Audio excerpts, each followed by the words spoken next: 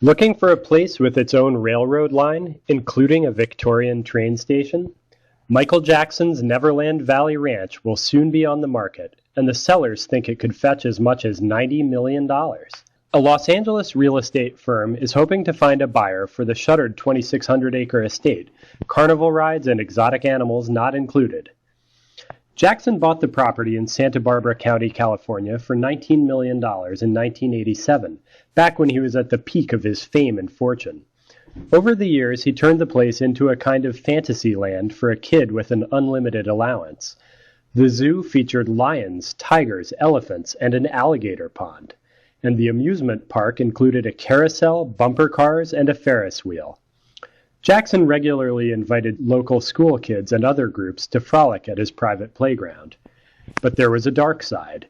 In 1993, Jackson was accused of child molestation, leading to a civil lawsuit that eventually was settled. But in 2003, authorities arrested him on charges of molesting a different child at the ranch. Jackson stood trial in 2005 in nearby Santa Maria and was acquitted. But associates said the legal ordeal took its toll, and Jackson told many in his circle he would never return to Neverland. While he traveled the globe, the estate was mothballed. The exotic animals were removed, and the staff, which once numbered 150, was reduced to fewer than 10. Early in 2008, Jackson defaulted on a $24 million loan secured by Neverland. Days before the property and its contents were to be auctioned off on the steps of a Santa Barbara courthouse on March 19, 2008, Los Angeles-based Colony Capital bought the note. Instead of foreclosing, Colony CEO Tom Barrick, a friend and business associate of Jackson's manager at the time, struck an unusual agreement with the singer. Under the arrangement, Jackson may profit from the sale of his old home, assuming Colony can sell it for enough to make its money back. Now Colony is in the process of bringing the ranch back to life and taking steps to remove the taint of scandal. It has changed the name back to Sycamore Valley Ranch, the one the original developer gave it, and has removed many of Jackson's eccentric touches. The renovations have so far cost more than $3 million. The ranch is situated on some of the most desirable real estate in California, and Colony believes it could be worth a fortune to the right buyer. But it also says it can afford to wait, possibly 3 years or more, for that buyer to emerge, and for the real estate market to stabilize. In the meantime, the once and future Neverland remains unoccupied. For the Wall Street Journal, I'm Ethan Smith in Los Angeles.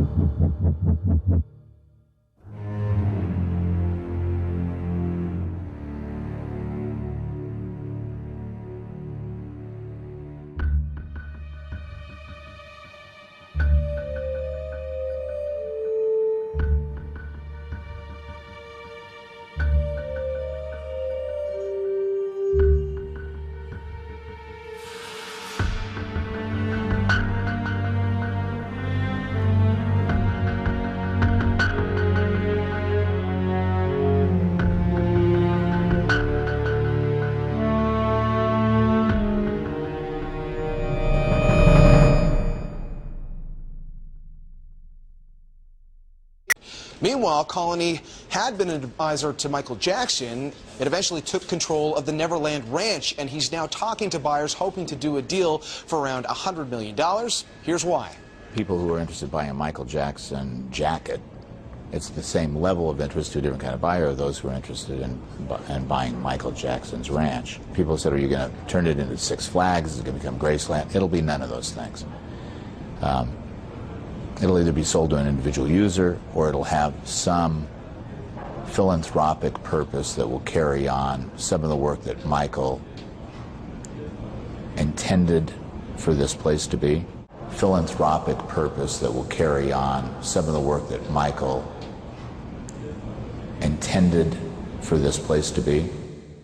The Jackson family may end up buying Neverland, but Barrick says no deals have been reached. In the meantime, Neverland plays host on occasion to some of Barrick's investors.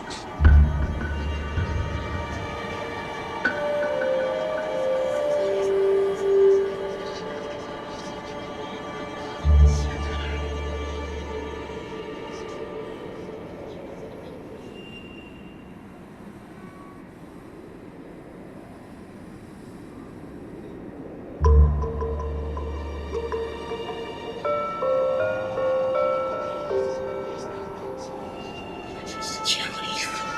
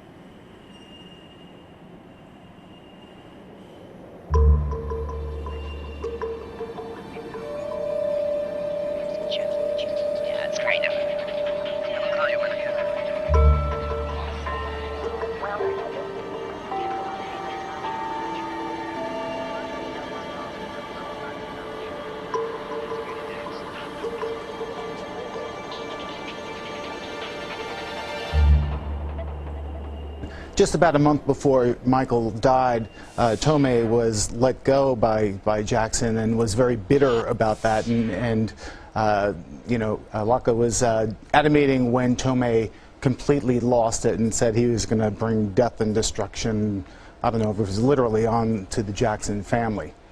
You know, over the 30-some years, Geraldo, I've been writing about Michael Jackson. I've had a lot of characters like Dr. Tohme come into the picture. I'm not even convinced he's a doctor, to be honest with you.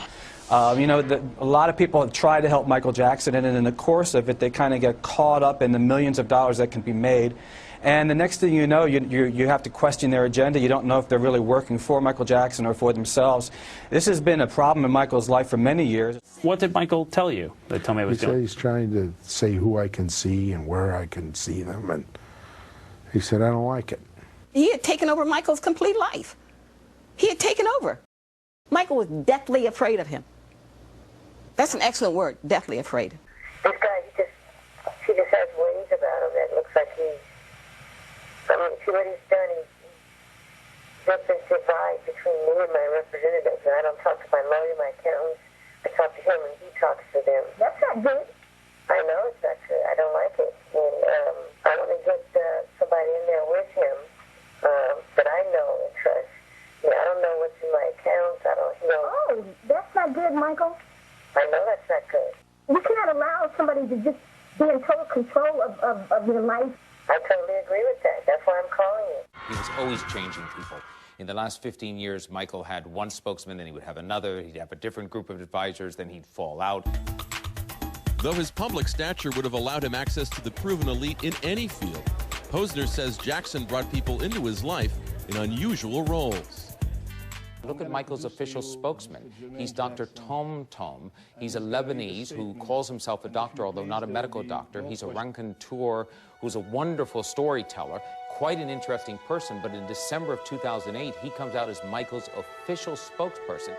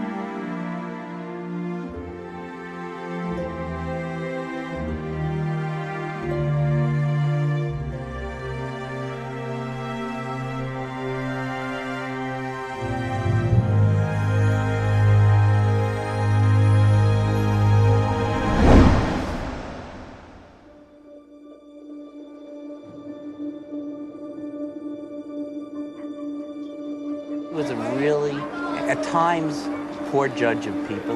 You know, sometimes that bothered me, and I went through 3 sets of managers and lawyers in the time it took me to get him to do this.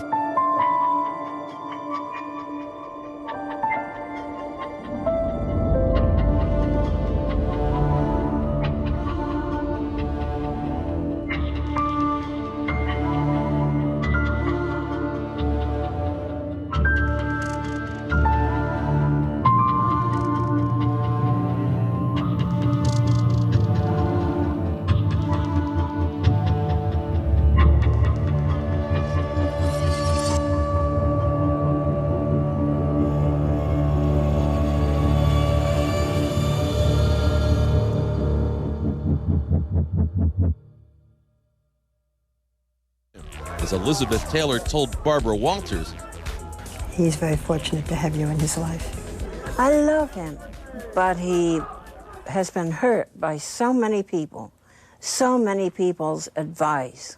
So many people have robbed him, black and blind. Why should he trust people? I think I'm the only person in his life that has not betrayed him. Ironically enough, in his final weeks, the quality of people Jackson was surrounding himself with was improving as he geared up for his This Is It show. Michael Jackson, in the last month and 2, brought back some of his old attorneys and accountants who were with him in the beginning of his career, who were absolutely stellar. Since his death, some of Jackson's associates, past and present, have formed a kind of circular firing squad. blasting away at others close to Michael. I would not have stepped into this if I thought Michael was hooked on painkillers. All the things you're hearing about, who knows? You know, maybe we all missed the signs of this. And the funny thing about all these friends of Michael's is they all have these opinions now. Okay, well, if that was the case, where were they then? Hold for applause, slow umbrella fade out.